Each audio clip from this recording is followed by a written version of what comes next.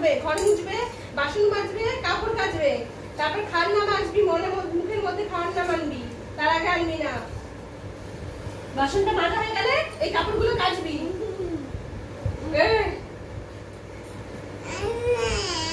কাপড়গুলো কাচবি, তারপর খাওয়ার নাম করবি, ঘর মুছবি। সৎমেয়ের আবার অত খাওয়া খাওয়ার কিসে? হ্যাঁ, সৎমেয়ের মতন থাকবি, সবসময় খাওয়া খাওয়া করবি না। আমার আসল মেয়ে না, তোমাকে নিয়ে আমি করবো, আদর করবো।